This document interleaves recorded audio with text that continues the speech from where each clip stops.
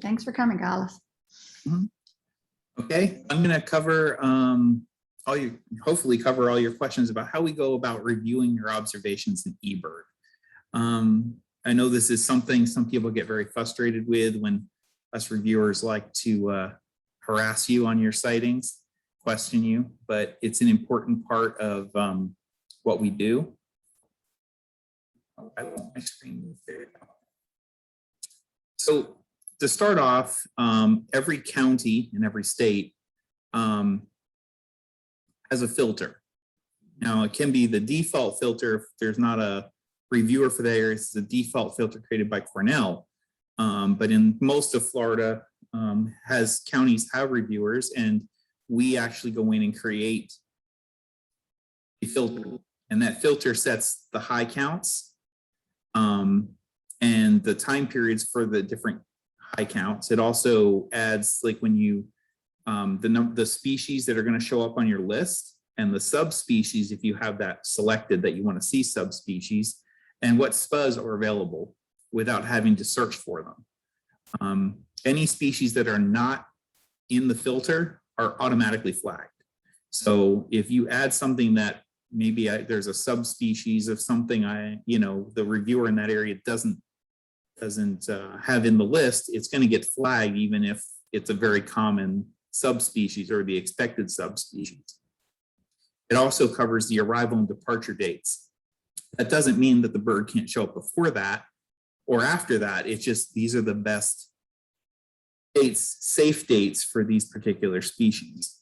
And the most important thing of this is these are set county-wide, meaning that if you go out someplace like a Apopka, which maybe has a whole lot of particular species, my favorite actually example is Venetian Gardens in Leesburg. Purple gallinals there, you have to kick them out of the way. You go up there, you probably get 25 to 35 purple gallinals. Well, that's going to trigger the filter every single time, because no place else in Lake County, except maybe at times at Emerald Marsh, are you going to be able to get that kind of numbers of purple gallinals. So this is an example of Lake County's filter. And this is something I constantly work on. It took me, just to get the initial filter, took me weeks of work. And just for the record, we are all volunteers. We do not get paid for this. We do this on our own time. So there are no paid reviewers for eBird. So what you have, you can see it's selected for Florida and Lake County. So that's, then what happens is if I want to add a species, I would press this add species button that you see circled, type the species in, and if it's available to be added to my list, it'll come up. So if you look in the numbers here, you see the dates January through December. These are the time periods and the maximum numbers that are allowed and during that period. So in the case of boat-tailed grackle at the very top, they're here all year round, and I have it capped at 500. So if you would enter 501, it's going to get flagged. In the case of ovenbird, which aren't here during the summer months, but are much more common during the winter, you can see as you move through the year, the numbers change. So obviously the peak numbers will be during migration in the fall, and then we have our winter birds. And then of course, those things kind of trickle out toward the end of April. And during the summer, we don't expect to see any. So if you happen to find an early migrant, let's say of an ovenbird, maybe late July, before the August 5th start for the fall, it's going to get flagged and it's going to require you to provide me documentation. And of course, by using the numbers here on the site, it says set date range. That little plus sign allows me to add my date range in. And then the other thing that is really cool with this whole feature is I can make changes to this list, add species, take species off, change the dates, the safe dates, and then I can hit that little run up there, and it'll rerun all of the eBird observations for Lake County ever, and it'll pop up all the things that now get flagged by the new filter. which I don't like to do that because it often becomes up pages and pages and pages that I then have to re-clear, but it's something then, and Cornell occasionally makes us do it on certain species. We'll actually just run it for a certain species and they'll come up as they're changing their, trying to keep their data up to date. So as part of the review process, when we get into that, my job is to review anything that gets flagged, whether it be for a high count or it's a rarity or it's out of time frame, like it's an early arrival or a late departure. The other thing I have to do is re-review sightings. I'm not the only, when you put pictures in your eBird, those pictures get reviewed by another reviewer, not by me. Not that if your bird's not flagged, I don't see them, but they get every picture you submit gets double checked to make sure it's correct. And if for some reason that picture comes back wrong, misidentified, it comes back to me with a note saying this photo is incorrect. You need to re-review this observation and contact the observer and either tell them to fix. A lot of times, most of these, in all honesty, occur when somebody drops the photo in the wrong species. That it was like they dropped the eastern phoebe in the asteroided flycatcher by accident. It wasn't that they misidentified the bird. They're so close together and you're dragging and dropping, they just didn't get it in the right place. That happens a lot. But it basically, I reach out and say, you need to fix this. When I do that, I wait, it shows up. If it gets fixed, it clears. Otherwise, then if it doesn't get fixed, I have to invalidate the sighting, even if the overall sighting was valid. The other thing I have is modes now. They added an exotic species mode, which I haven't actually got to use. We don't get too many exotic species in Lake County, so I haven't had to run it. I'm waiting for somebody to run through the villages, recording all the weird swans and Egyptian geese and stuff so I can play with it. So far, I haven't had that opportunity. But I'm going to show you what this all looks like. So this is my assignment. So I'm assigned, you can see my areas I'm allowed to review. So I'm Lake, Florida, Orange, and Sumter.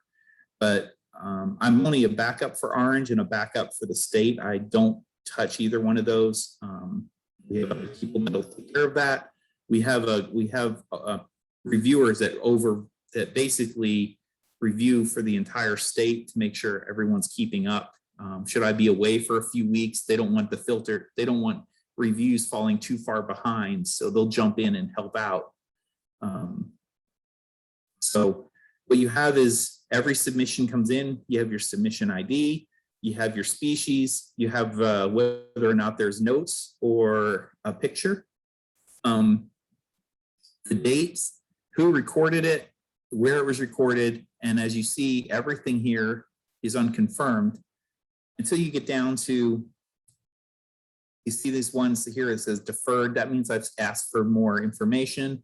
And re-review, that means it's one of those ones that, hey, there was something wrong with this that got picked up, usually a photograph that needed to be done and fixed.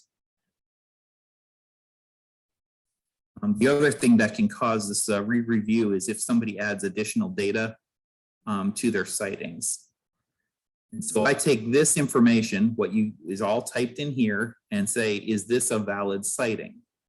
So here for like red-headed woodpecker, there's obviously a photograph. It's 27, so it got flagged for a high count. But this is the national forest. So I know the Alexander Springs Loop area has a lot of red-headed woodpeckers. So I'm probably not going to write them and say, hey, this is a problem, I'm just going to clear it. I know the birds are out there. So when we get into stuff like fulvous whistling duck, I try to watch this, especially anything that says Lake Apopka, because we get a lot of people that enter the wrong location. And so I often check the checklist to make sure that they're actually reporting stuff from the correct side of Lake Apopka, because Lake Apopka is in both Lake and Orange counties. And it's amazing how many purple gray-headed swamp hens I get in Lake County where they've never been documented. And I have to get people to fix their checklists. So this is my, up here, you can see where it says my little thing up here, I have marked review mode. Review mode, right now I'm in my normal mode in review, but I can switch that over to exotics mode, which I'll show you what that looks like. And I haven't got to play with it. I did get to do some beta testing on it because I do beta testing for eBird on other things. So over here these are my status going down like I showed on the last page. So unreviewed means I haven't done anything with this yet. I need to move this through the process. Either I have to contact the individual or I have to clear it. And we'll see in the next page here. These are my options: mark unconfirmed or accept. If it's marked unconfirmed, that basically means the sighting doesn't leave your eBird. Your eBird is yours. Nothing I do in here changes your life list or changes what's in your checklist. That's one of the most important things to know. All this does is affect what data shows on the output for eBird. So anything that's marked unconfirmed does not show up on the output. There are ways for you to get that information if you want it. And of course, researchers, if they want the unconfirmed information, can pull that information, but it is not something that comes up automatically from the public. So when I want to do an observation, I want to move through this, I have to select which observation. I have to pick my accept or confirm. And then I have to decide what is the reason that I'm willing to accept. In this case, this is for exception, for accepting this. So was the BRC is Bird Records Committee, which is for us is the FOS. Was it document? Did you write really good field notes? Was there a picture? Observer experience. These observer experience is something they don't like us to use if we can help it. But generally, if you're somebody that's known to, their records are generally good, they're one of the more super experienced birders, it's usually safe to do that. For these high counts, these get thrown into this record not exceptional, which means it's just not exceptional for that location. It's exceptional for the county, but not exception for the location. And for rarities that come up, as long as the person provides me at least the fact that they actually got the right bird when they were out on their checklist, I can always mark that the species is in that location. Something like the snail kites at Emerald Marsh right now, I know they're out there. I don't, they're pretty consistent and they're not the easiest bird to misidentify. So marked unconfirmed. So at the top of the list it was rejected by the records committee. So I've actually seen birds that were my documentation that when I sent it to the FOS was rejected. So I had to invalidate my own records, which does happen. So after that, it's like documentation inadequate for count. It means you didn't explain to me, how you came up with your count. Species, you didn't adequately explain to me what you saw or heard in some case, especially for rare birds. It's like I heard it at, I heard the bird. I was like, okay, you heard what bird? Carolina wren, northern cardinal, splendid quetzal, what did you hear? You didn't describe anything to me. That doesn't help me at all. Media ID questions.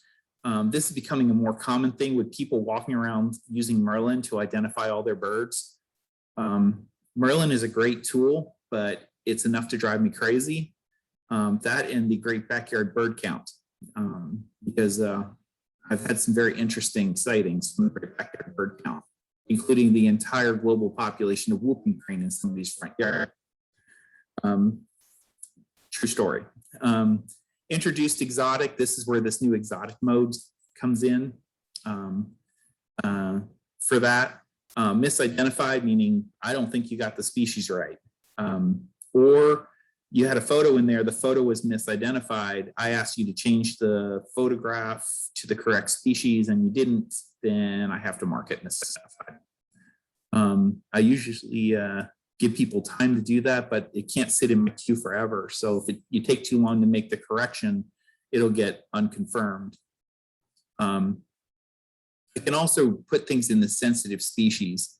Unconfirmed sensitive species means it was a valid sighting, but we don't want people to know you saw it and where it was. And this is to protect the species. This is especially true in places like South Florida where painted buntings are often trapped and sold in the pet trade. This is one way that eBird has to allow reviewers to hide that information from the public because they have learned that many of these people that are illegally trapping some of these birds are doing so using eBird to find them. So over here, this shows, like, again, status here shows deferred. That means I've asked for information. Re-review, that's another one. It means I've asked for, more information was provided to me for re-review. And I don't mark this yet. It might be on one of the other slides. We see this little E here next to Muscovy duck. That states that this is already marked as an exotic in eBird. So I don't have to play with it. So this is the new really cool exotic mode. I did pull here. So any species that shows up that's unusual, like if we would have, let's say, monk parakeets or something, which I've had here at my house a few times, that are probably escape birds more than anything else. I could designate them here using the exotic mode. So here's my options. Obviously, if it's native, I'm not really sure why it's native, but naturalized basically means it's established. Provisional means that it's in review for being established. And the last is escapee, meaning it's, you see if a cockatiel showed up my bird feeder, obviously that escaped from somebody's bird cage and doesn't meet any of the other criteria. So here I blocked this out somewhat, but this is what I get when I open up my little things. I want to see something got flagged. I want to see the details, and it's like heard at beginning of what? What did you hear? This is not helpful at all. Obviously, swamp sparrow is not rare, but I'm just using this as an example. In this case, it might have been a late sighting of this particular bird in the year. But if you give me documentation like this, I have to ask for more because I got to make sure that you're giving me the right information. This doesn't really cut it. I get a lot of these like heard or flew over kind of thing, or at bird feeder. I was like, none of those things tell me you saw the bird that in question at all. Something like you saw a short-tailed hawk and you say dark morph adult. Well, now that provides me something that I can work with. So this continues like I'm going to move through this review process. So down here, I have to make a decision, unconfirmed, which means I'm done with it. It goes defer, which means I'm going to send a letter and saying, hey, I need more information, or accept, which means I'm going to clear the sighting and say it's a valid sighting. So in this case, I'm going to say I played deferred, and it's going to ask me why. So in this case, documentation is inadequate. So it's going to move me on to the dreaded letter every one of you I know absolutely hates to get from me or any other reviewer. So, So in this case, what it is I'm writing about, it gives you what species, what the count was. This was a late date. Swamp sparrow on May 4th would be outside the expected window, even though it is in a habitat in an area that's known to have late birds. And in some cases, I will write in here, I can add a custom message. A lot of you guys get that from me where I'll write something in here saying, hey, are you sure it was this? Or can you fix this? Or I'll put it in there to kind of move this along, give you a little extra instead of just sending the plain old generic. But I know every one of you hate this email. Don't worry, when I travel, I get them too. When I go some places that they don't know me, they have to question it. You know, they don't know who I am. And they're not familiar with how well I can identify the birds there. So they're trying to make sure that eBird has the best possible output data that we can possibly provide. And sometimes that means we have to nitpick a little bit. So when I ask for documentation, so after the email for documentation is sent, basically the observer can provide additional details and a review is complete. Meaning I say it was good. The observer provide no details. The observation, obviously I'm going to mark it as unconfirmed, and that hides the as I covered before.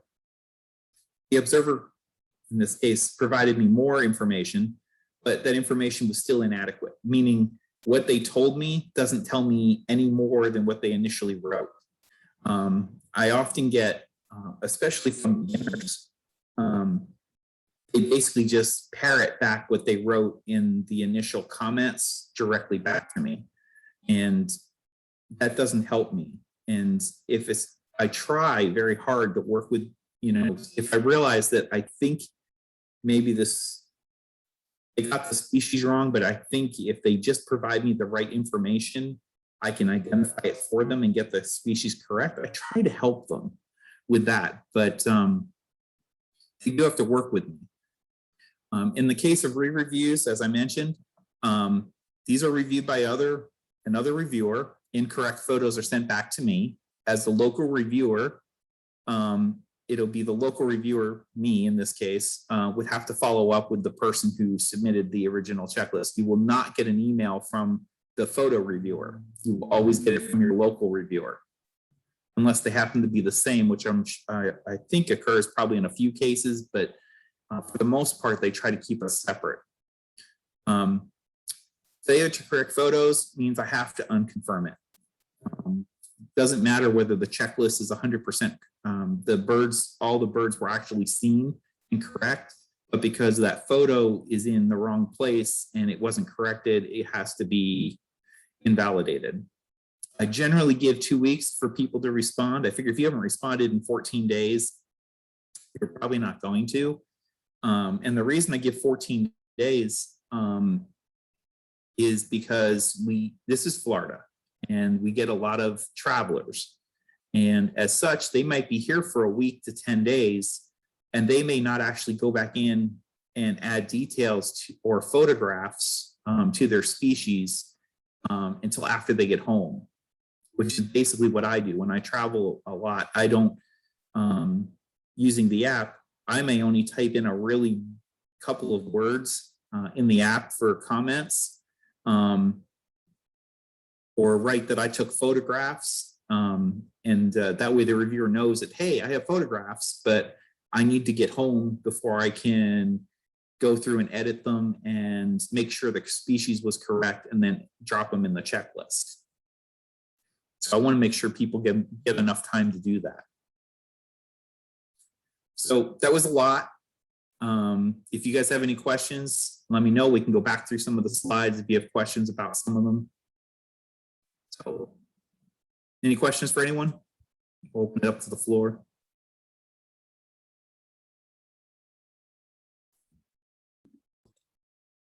Okay, I'm looking to see if there's any questions in the chat.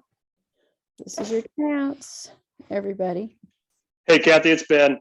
I do have a question if you can hear me. Yeah, go ahead. I got a couple actually, and apologies if these are in the wrong form, but Do you know if there will ever be the ability to upload photos from your phone instead of your computer, or from the app instead of the computer? Sure, if the eBird can figure it out, they probably will. At this point, it's just not feasible in the app. And it's not being beta tested currently. Okay. Right now, their main priority, from my understanding, is hotspots are a very crude way to mark out where species are seen. And they want to move something along the lines of that allows eBird and the app, as people enter it, to kind of better spatially enter the data into eBird than just using a pinpoint. And this may come down to where the location is like Lake Apopka may actually be like marked out as a geographic area, and anything that's cited in there will kind of move into that zone. Instead of having like 20 different points in there.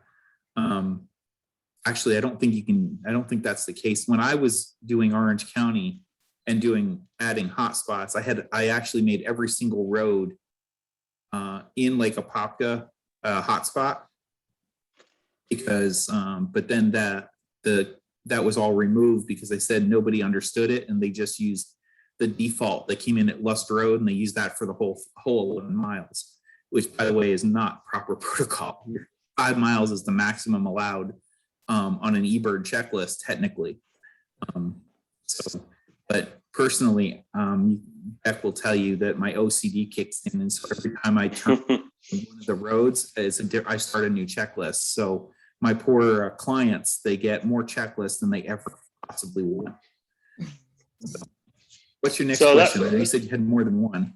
Yeah, so it's somewhat related to what you just said, and this is somewhat selfish, but when I record lists at my house, inevitably I end up creating a new spot, because it doesn't pick up the last one that I did, or I'm just doing it wrong. So is there someone I can contact to consolidate all the lists that I've done at my house? So there's only one point. What you'd want to do is you have the option both in the app and on the computer to create a personal location.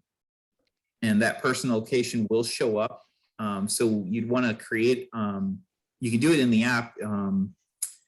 I'd actually have to open the app and actually do it.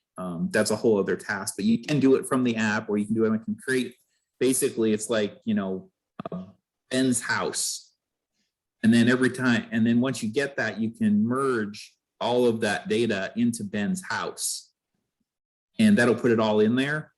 And then every time you do a checklist at your house, that personal location will pop up, and you can just select that as your location. It'll be blue instead of red. Hotspots are always in red. Personal locations are in blue. Okay, cool. Yeah, I'll definitely check that out. It is possible. You're just missing it because it takes a couple extra steps.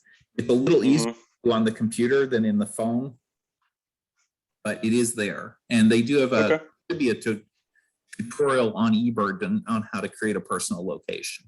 Okay, perfect. Thank you. I do have a couple other things on the chat.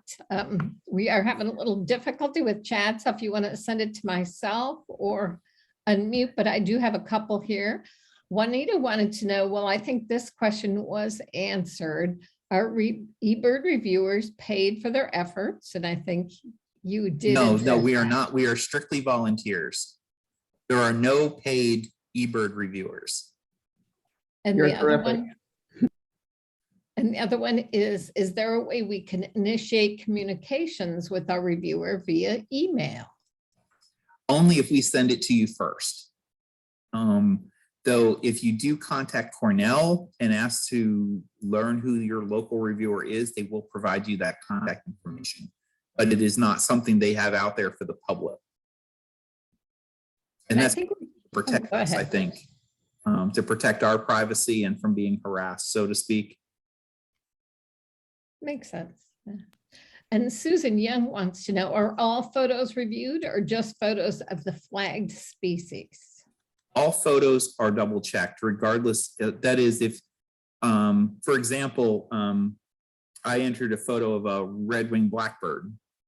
That's not going to get flagged in the filter, but that photo will still be reviewed to make sure that I put the photo of the red-winged blackbird actually is a red-winged blackbird and is also in the correct species on the list in the red-winged blackbird. Because like I mentioned, it's very easy to just drag and drop one too low or one too high, and end up with the bird the correct. You took the, you know what the species is that you photographed is on the list, but you just dropped the photo in the wrong species, and it doesn't. I won't see it because if it doesn't get flagged, then it goes right through past. I never see that checklist. So that's why they have that extra set of photo reviewing that goes on. Carol White would like to know what kind of qualifications are required by Cornell to become an eBird reviewer? That's a tougher question. Generally, they try to pick out birders that are very active on eBird for one, generally are very experienced birders for two, and also three usually have enough time to devote, I should say, to try to keep on top of the data as it comes in, so it doesn't fall too far behind. She was also wondering, how does one become an eBird reviewer? You just reach out to if you have an interest in reviewing for a certain area, you can write Cornell and say you're interested in reviewing for a certain area, and if there's a need, they will put you in touch with the one of the statewide reviewers to see if they approve to have you added. So I think we have two statewide reviewers that basically approve everyone that's reviewing. It's not, so you can write Cornell, but then the local statewide reviewers will decide if it's appropriate for you to be doing that. Or if you're where you're asking, because they don't want to have like 6 reviewers reviewing one county. It's usually one, maybe 2 reviewers per county. The busy counties that get a lot of checklists may have 2 reviewers, but for the most part, it's 1 per county. Gallus, how much time do you spend on this every day? I don't go in every day. I work a lot of hours, and I usually get in, try to get in at least once a week, sometimes twice, and clear stuff. This time of year is nice. I open it up and there's usually like only 1 or 2 things to review. But between September and April, there's times I open it up and there's 100 easily queued up for review. And usually this Christmas bird counts and the birding festival and the Great Backyard Bird Count will all throw up a bazillion flags to review. And about half of the time for some of them, it's usually location issues where the birders cross the county lines, and you end up with birds that aren't in Lake County coming up, or vice versa. Because I know I think Paul's the one who does it for Orange now, and it's the same thing the other way. He gets stuff that's being seen in Lake County on the Orange County lists, and I get stuff that's in Orange County showing up on the Lake County lists. And so, in the winter, it can be pretty busy. Now, Deborah wanted to know, for Lake County, mottled duck gets flagged a lot. Can you discuss that? Mottled duck, and actually this is actually from Cornell and also from our Florida reviewers. Mottled ducks over large swaths of Lake County are hybrids. I will not, without good photo documentation, accept a mottled duck from anywhere from Fruitland Park, Lady Lake, the Villages. I won't accept it. There may be a few out there that are still pure or close enough to pure that I would accept it, but generally they're not. What we're seeing is more and more hybridization. Even on the wildlife drive, we're seeing more and more muddled ducks, as I like to call them. And Bill Pranty wrote a really great paper on the hybridizations of mallard and mottled ducks that'll help you sort through the various mottled duck situations. But any mottled duck needs to be well documented to ensure that it was a pure mottled duck and not a female mallard or a hybrid. And I can tell you, I get a lot of photographs and of mottled duck, supposed mottled duck, and I probably reject 95% of them. And that's probably being conservative. Can you share with us, this is another question, can you share with us who the state reviewers are, the statewide reviewers? I know Brian, was it Brian Ahern is one. I'm not sure who else is on that list. I'd have to actually pull up in my emails the Excel sheet they send us about once a year. I just know Brian because Brian and I talk enough that I know this, but I don't know who else is helping him right now. So she also asked if she notices an error in someone else's checklist, how do you alert the local reviewer? Most of that would probably, I think, would have to go through Cornell. If there's if it's something that slipped, if it's something like, for instance, if there's an error, like, you know, if it didn't get caught by the flags, it usually means that whatever it was is such a minor error that it's not considered something that's going to mess the data up. Like overcounting northern cardinals is probably not going to cause a big issue with anything. If it's a misidentified species, that's something that's unusual, it should have been picked up by the fold. And it can take, if there's a photo in it, photo reviews can take several months sometimes to come back. It's a slow process. We only have so many reviewers. And I believe Cornell's in some pretty desperate need of some more photo reviewers, more than checklist reviewers. And I don't volunteer for photo reviewing because I absolutely hate identifying species from photographs. So, because it's the same reason why I don't use photographic field guides to identify birds. I hate them. It's not that I can't, it's just, it's extra time.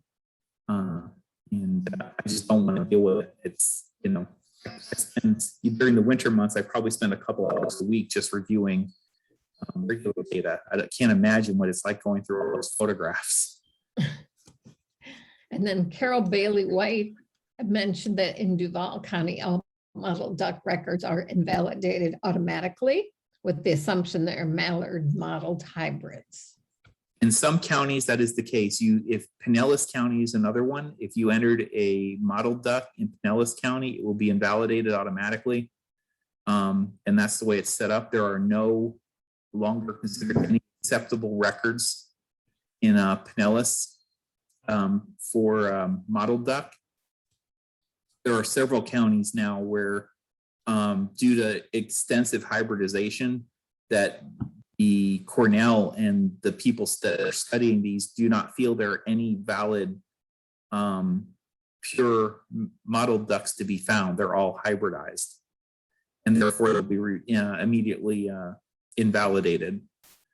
However, my argument to this has always been that if that's the case, that there should still be an email sent to the person to let them know this. So in the future, otherwise you're not helping the person become a better birder and understand the situation, where they can start looking at trying to learn why it's not a pure mottled duck, and then properly enter hybrids. So that's one of the things I always believe, that anything that's invalidated should definitely get an email. We do have and we're allowed to do this. we do have a policy where if we have a person that enters a lot of bad data, we can, anything that person sends in just automatically gets sent to the unconfirmed zone, so we don't have to deal with it. And I've only had one of those I've had to deal with, and they gave me partially, part of that came from, there were some very nasty emails that went back and forth in that report for now, but nothing affects his list. It's his list. And he can enter anything he wants, but nobody will ever see it. It's just the way it is. Now, Deborah mentioned that she has heard that if you turn in a checklist a week late, that it will not show, and I'm assuming that it includes a rare bird, that it doesn't show up in the rare bird alert, even if you have seen a rarity. Is that true? The rare bird alert, it's based on it's based on a window, and I'm not sure what that window is. I don't deal with that end of eBird on how they send that out, but if you enter a rare bird, they do only have a window that's so big that they're going to pop up on that sightings list once you're outside that window. Because what good is it if you see a rare bird and you enter it 3 months from now and it pops up on everybody's rare bird alert and they get all excited, and then they look at the date and it was like seen 3 months ago. It doesn't help them. So they do have a cutoff window for that. I had a question about Merlin, whether that data is somehow utilized if the person doesn't enter those birds into eBird. Or That I don't know. I beta tested Merlin before they did a lot of the stuff that's in there now. I haven't done any of the more recent beta testing with it. But when I was there, when they started using it, where you could upload a picture, it would help you ID it. I spent a lot of time uploading my pictures and intentionally trying to fool the computer to get the ID wrong so it would learn. yeah. Well, I'm really not expert sure now. Yeah, The so audio. I'm not sure how really Merlin's impressed. handling that. Cornell doesn't get rid of any data. It just may not all be, it may not all be available as output. I mean, it's quite amazing now. The expert and I now understand they have it for Europe. So if you have a trip, you can use it. Yeah, they have it for all over the world now. You just download your packs, which you make sure you do before you leave on your trip, not after you're someplace. Not the audio though. Yeah, not audio is not for everywhere, but Not Merlin sound. yeah, but it's It's not only Merlin sound, but started Merlin in is Europe, there. so. It's also a really great if you need bird calls. It has a lot of bird calls in there because we were able to use that even in Costa Rica. It can't be used necessarily to identify the call, but it has recordings available that you can listen to. Yes, that's good. That can be helpful. If you know what the bird is. Or Mhm. Yeah, it's smart technology. I'm waiting for the binoculars that identify all the birds for us and take all the effort out of it. Yeah, how do you treat Similar.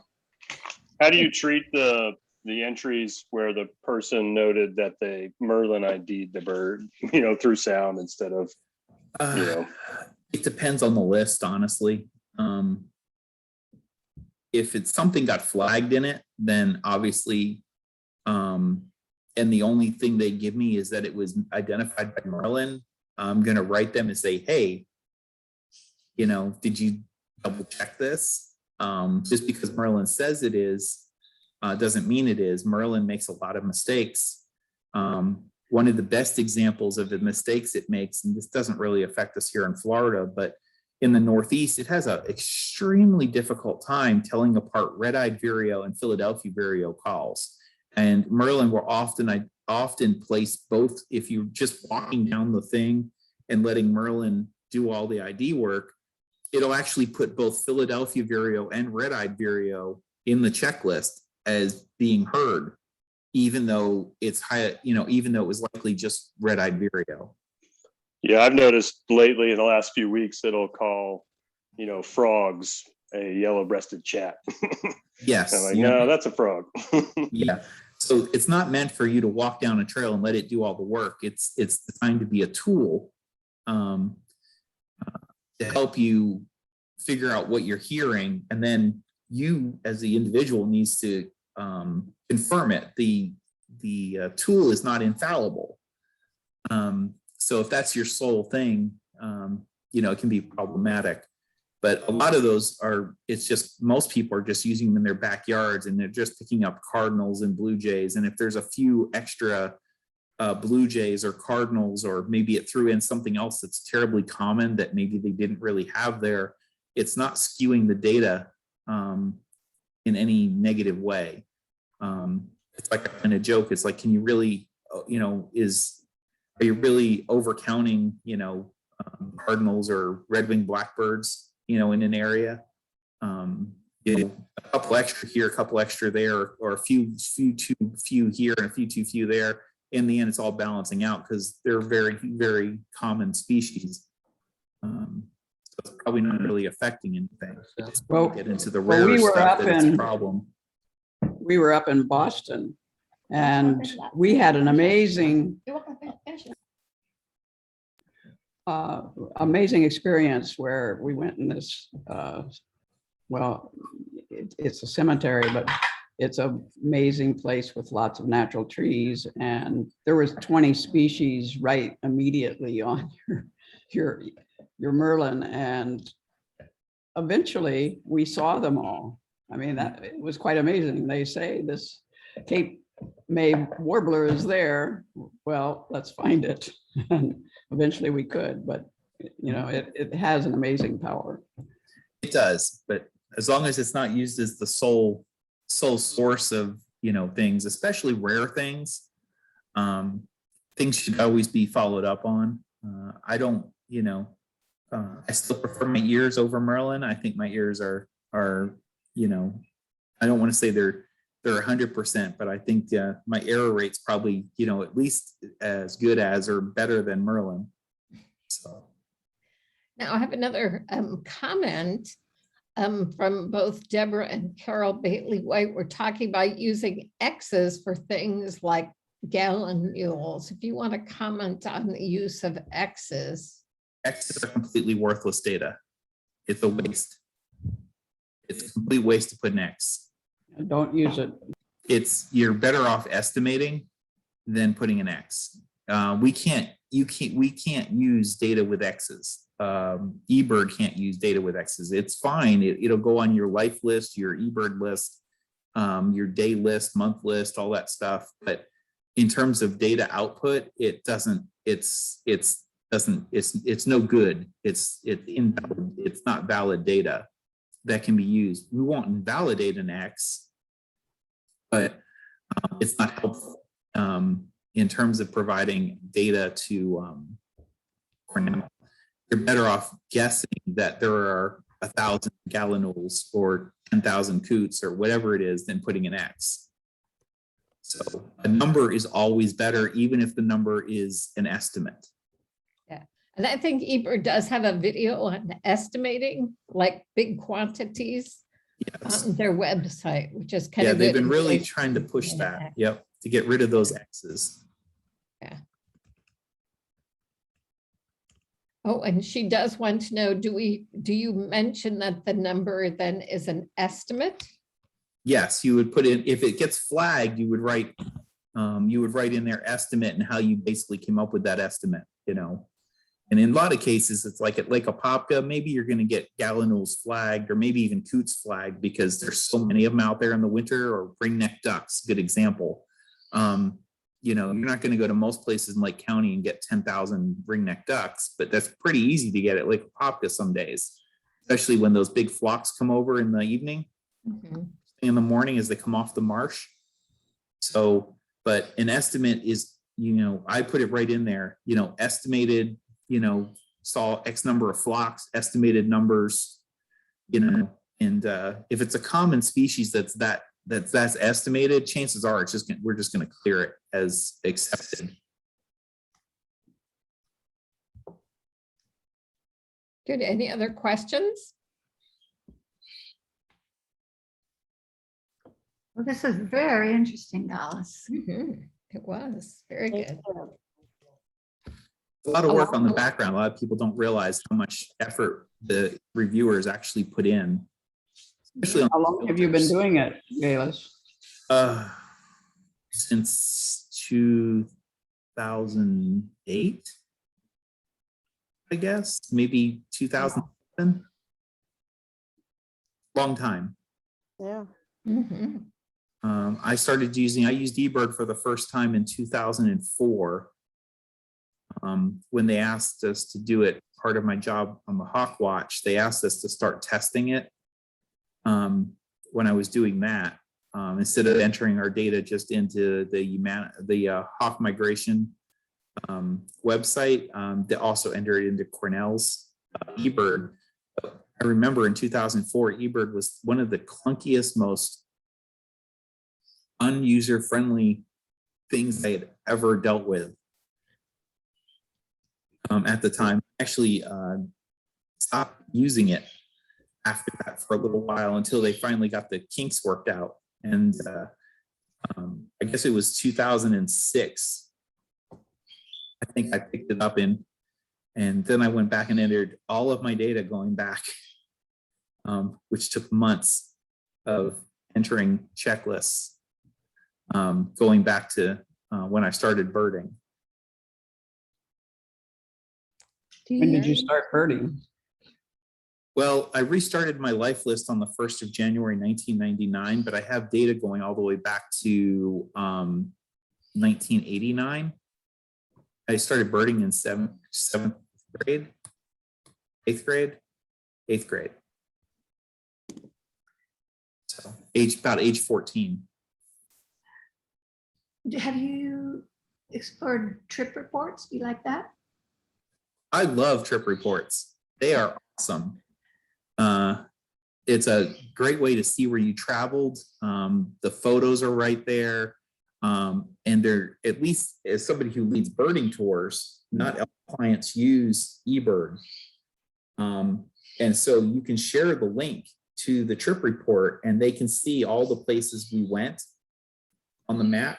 They can see all the species that were seen and they can see all the photographs that were taken. I actually got the beta test app, which as soon as I started beta testing it, I was like, this is the best feature they've added yet. Yeah. Hey, are you using it for like? Absolutely love it. Are you using it for Christmas bird counts? That should be work. I don't know if I'm using it for Christmas bird. I think I am using it for Christmas bird counts. But I've gone back in and done trip lists for all of my trips I've taken, going way back to when I started birding. So I haven't got them all finished yet, but I got most of them in there. Very cool. Really cool.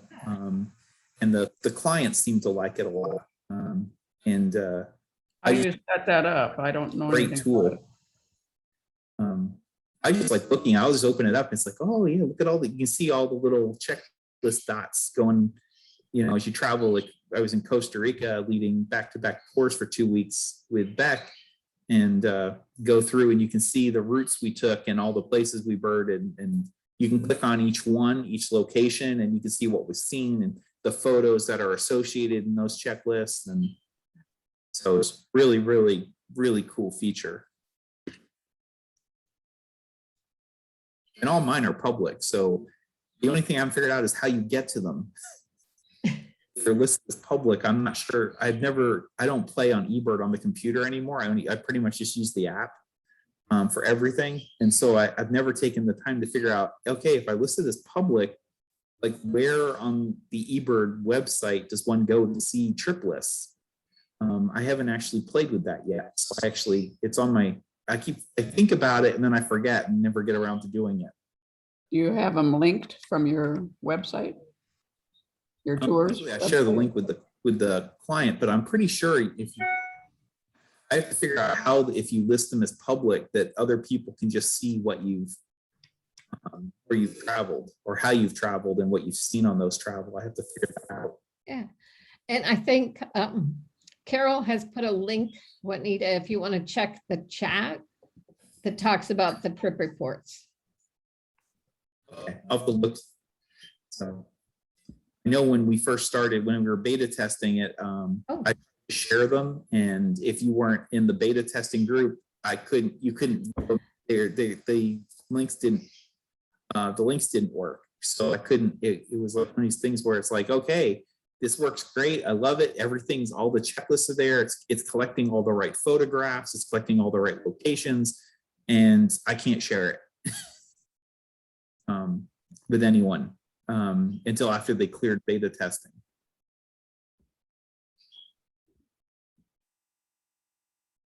Any more questions, guys? Very Thank you so much. Yes, very good. Thank you, Gallus. Interesting. A You're lot of welcome. work. We really appreciate everything you guys do. Yes. Thank Yes. you. Even if sometimes we're like, oh, it's a coot and it got flagged. It's for mottled duck. Just remember, your mottled ducks are going to get flagged. Just be prepared. Yes. And that's pretty much going to become statewide probably at this point. You're They gonna do. get those flagged pretty much statewide because of hybridization. All righty. All right. Thank you. Okay, thanks everyone for joining us. Great presentation tonight. All right, everyone have a good night, and Yes. watch for their next program. Yeah. See you next week for June Challenge. See you next Thank week. you. That's right. June challenge, everybody. College. Night, everybody. Night. Bye-bye.